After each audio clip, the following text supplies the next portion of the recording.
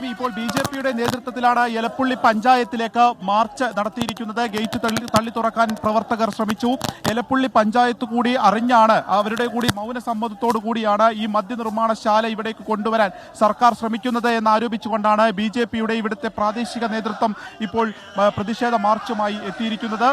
C Krishnakumar, സംസ്ഥാന general secretary C കൃഷ്ണകുമാറാണ് ഇത് ഉദ്ഘാടനം ചെയ്യുന്നത്. അദ്ദേഹം ഇന്ന് രാവിലെ വാർത്താ സമ്മേളനം വിളിച്ചിരുന്നു. പ്രധാനമായും പറയുന്നത് ഓയാസിസ് കമ്പനിക്കാണ് ഇതിന്റെ, അവർ ഒരു പൂ ചോദിച്ചപ്പോൾ സർക്കാർ ഒരു പൂന്തോട്ടം കൊടുക്കുന്ന നിലയിലേക്കാണ് കാര്യങ്ങൾ എത്തിയത് എന്നുള്ളതാണ് പ്രധാനമായും പറയുന്നത്. അദ്ദേഹം ഇപ്പോൾ മാധ്യമങ്ങളെ കാണുകയാണ്. ആ വാക്കുകളിലെ ശ്രമം നടത്തുന്നത് ഇതിനെതിരായിട്ടാണ് ഭാരതീയ ജനതാ പാർട്ടിയുടെ പ്രതിഷേധം. എലപ്പുള്ളി പഞ്ചായത്തിലാണ് ഏറ്റവും കൂടുതൽ കർഷകരുള്ളത്, ഏറ്റവും കൂടുതൽ കൃഷിഭൂമിയുള്ളത് മലമ്പുഴ നിയോജക മണ്ഡലത്തിൽ. ആ കൃഷിഭൂമി മുഴുവൻ നശിക്കുന്ന സ്ഥിതിവിശേഷമാണ് ഈ മദ്യ കമ്പനി വന്നാൽ ഉണ്ടാവുക.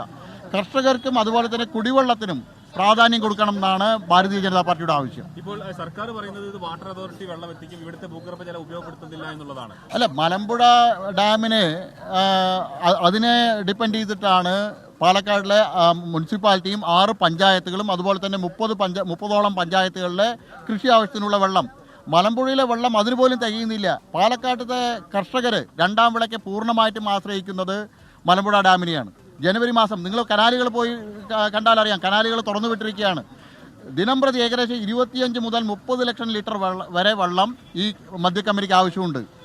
പാലക്കാട് നഗരസഭ അമൃത് പദ്ധതിയിൽ ഉൾപ്പെടുത്തിക്കൊണ്ട് 18 കോടി രൂപ ചെലവഴിച്ചിട്ടാണ് കുടിവെള്ളം എത്തിക്കാനുള്ള ഫിൽട്ടർ പ്ലാന്റ് അവിടെ നിർമ്മിച്ചത്.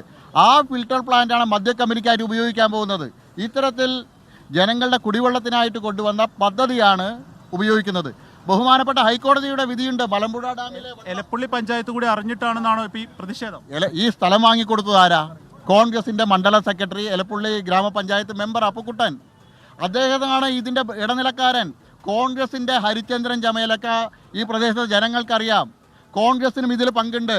കോൺഗ്രസിന്റെ അനൗദ്യോഗികമായിട്ട് ഈ കമ്പനിയുടെ ആളുകൾ പഞ്ചായത്ത് ഭരണസമിതിയുടെ ആയിട്ട് ചർച്ച നടത്തിയിട്ടുണ്ട്.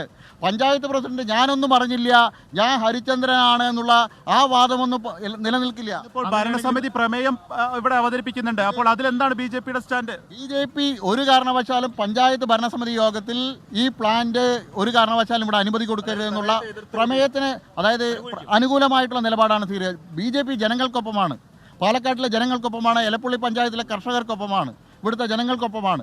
ഈ പ്ലാന്റ് ഇവിടെ വരാൻ കോൺഗ്രസും CPM ഒന്നിച്ചു നിന്നാൽ പോലും ഞങ്ങൾ ഈ പ്ലാന്റ് ഇവിടെ വരാൻ സമ്മതിക്കില്ല. മന്ത്രിയുടെ എന്ത് വാദമാണിത്? എത്തനോൾ പ്ലാന്റിനാണ് കേന്ദ്ര സർക്കാർ ഷോർട്ട് ലിസ്റ്റ് ചെയ്തിട്ടുള്ളത്. ഇവിടെ എത്തനോൾ പ്ലാന്റാണ് ആദ്യം ആരംഭിക്കാൻ പോകുന്നത്.